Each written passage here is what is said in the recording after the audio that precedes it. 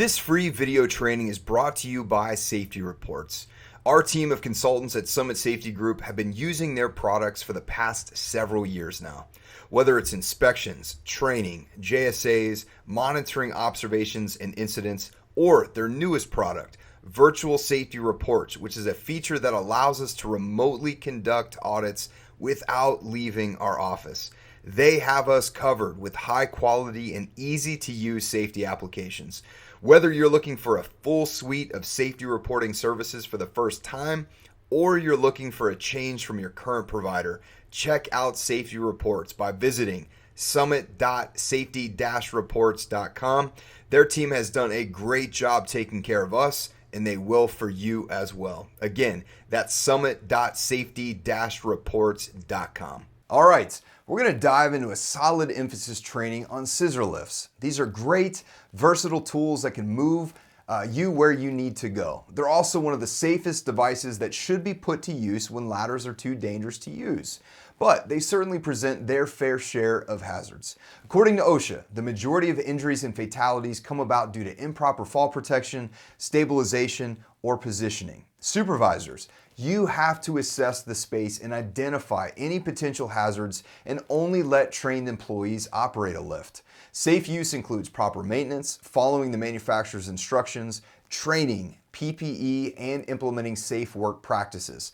All of these need to be met before an employee can operate them. Fall protection is critical for these operations. Why? Well, many of them can go almost 40 feet in the air. A fall from that height would almost certainly mean death, if not severe, life-altering injuries. Now, before work begins, check to see that the guardrail system is in place and that it's sturdy. And listen to this, because we see it frequently being practiced, but don't ever stand on the guardrails for any reason. Make sure that anything you need is easily within reach so you don't have to lean away from the lift. Leaning away from the lift could cause it to tip or you could fall out of it. Now let's talk stability. You have to ensure the lifts are stable. To do this, start with following the manufacturer's instructions for moving the lift safely, meaning do not move when it's elevated. Yes, it takes time to lower the lift, but that extra time will save your life. Isolating or barricading them will minimize contact from something that could make them tip. Also be aware of uneven ground or holes. Choose an area that's firm and level. If you're outside, only use them when the weather's good and the wind speed is below 28 miles per hour. Even though it's rare, these things do collapse. I also need you to make sure that safety systems are maintained. Don't skimp here. Follow and respect the load rating. Don't let the weight on the platform exceed its rated limit. Now, this one should go without saying, but don't use a forklift or any other equipment to raise the platform other than the scissor mechanism itself, and keep it from being struck by other moving equipment around the worksite.